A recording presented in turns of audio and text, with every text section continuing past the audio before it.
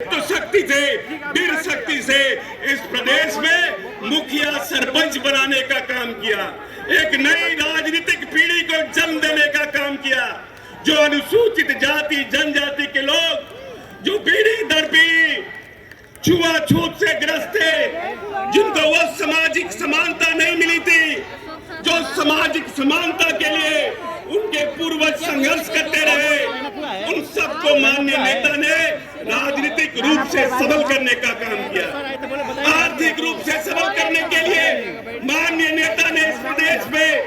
पहली बार हिंदुस्तान, आजाद हिंदुस्तान में बिहार पहला राज्य बना जहां पर दलितों के लिए उद्यमी योजना की शुरुआत की और 10 लाख रुपया उनके लिए योजना पास किया, जिसमें 5 लाख रुपया का अनुदान और 5 लाख रुपया ब्याज रहित ऋण देने का काम किया कि हमारे जो भाई लंबे समय से संघर्ष कर रहे थे वो भी आर्थिक रूप से सबल होने का काम करें। और सामाजिक रूप से सबल करने के लिए नेता ने 15 अगस्त और 26 जनवरी को वैसे महादलित के बुजुर्गों के सामने प्रदेश का खुद मुख्यमंत्री खड़ा होकर महादलित से झंडा फहराता है और उस महादलित को सलाम करता है। यह सामाजिक सबलता देने का काम हमारे नेता नीतीश कुमार ने करने का काम किया। इस प्रदेश में जो बड़ी आबादी अनुसूचित जाति जनजाति की थी, जिनको कभी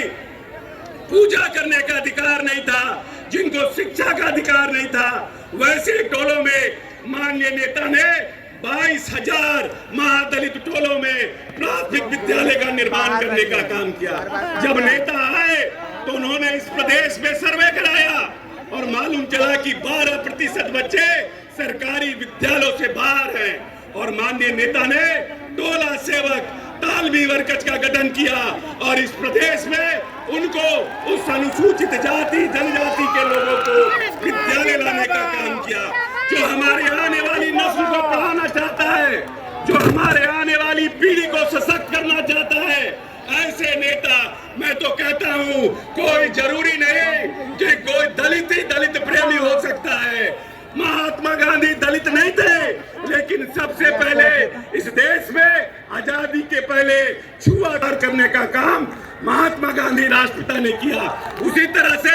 आजाद हिंदुस्तान में अगर कोई दलित प्रेमी मुख्यमंत्री है वो हमारा मुख्यमंत्री है, जिसका नाम नीतीश कुमार है। हम अपने आप को, हम सब लोग जो माननीय नीतीश कुमार के कार्यकाल में जिनकी पैदाइश हुई है, वो अपने आप को गौरवशाली मानते हैं कि एक ऐसे महामानव के कार्यकाल में हम सबका जन्म हुआ, पीढ़ी दर पीढ़ी जिसने असमानता का दंश झेला, छुआछूत का दंश झेला, वैसे नेता के आने के बाद न सिर्फ हमें समानता मिली बल्कि हमें राजनीतिक सबलता मिली, हमें आर्थिक संपन्नता मिली और हम शैक्षिक रूप से सबल होने का काम कर रहे हैं। इसीलिए हम आप तमाम अनुसूचित जाति जनजाति महादलित परिवार के लोगों की तरफ से विशेष रूप से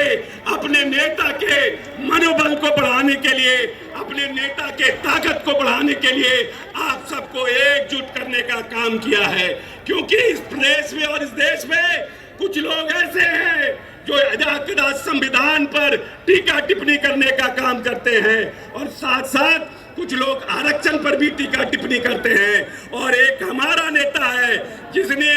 जो लंबे समय से लड़ाई लड़ी जा रही थी, चाहे पेरियार हो, ज्ञानी जैल सिंह हो, लोहिया हो, कर्पूरी ठाकुर हो, कहते रहे हैं जिसकी जितनी आबादी उसकी उतनी हिस्सेदारी। और माननीय नेता ने इस प्रदेश में, बिहार पिछड़ा राज्य है, फिर भी माननीय नेता ने अपने सरकारी कोष से इस प्रदेश में जातीय गणना करके दलितों के आरक्षण को 20% करने का काम किया और आदिवासियों के 2% करने का काम किया। 100% आरक्षण से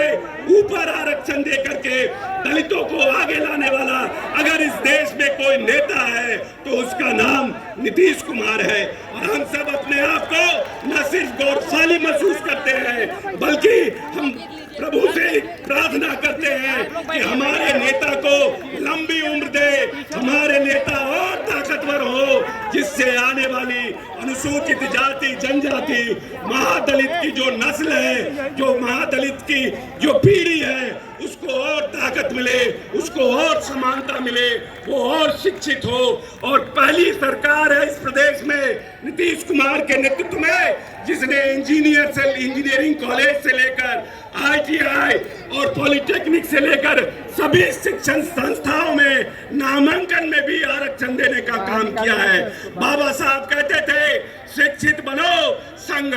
शिक्षित बनो, संगठित रहो और संघर्ष करो। आज जो ये एकजुटता है वो आने वाले संघर्ष का आगाज है कि अगर हमारे आरक्षण को छीनने का कोई काम करेगा, अगर मेरे संविधान को जो बाबा साहब ने लिखा है उसको बदलने का कोई काम करेगा, उसको हम मुंहतोड़ जवाब देंगे और अपनी नेता के ताकत को और बढ़ाने का काम करेंगे, अपने नेता के मनोबल को और ताकत देने का काम करेंगे, जिससे आने वाला महादलित का बच्चा अपने आप को गौरवशाली महसूस करे। जय हिंद, जय भीम, जय नीतीश, जय बिहार। आते हैं हम आग्रह करेंगे, अब हम आग्रह करेंगे गया कि हमारे साधु मांझी जी जिस आरक्षण के माध्यम से माननीय नेता ने बाबा साहब के सपनों को साकार, और बाबा साहब ने कहा था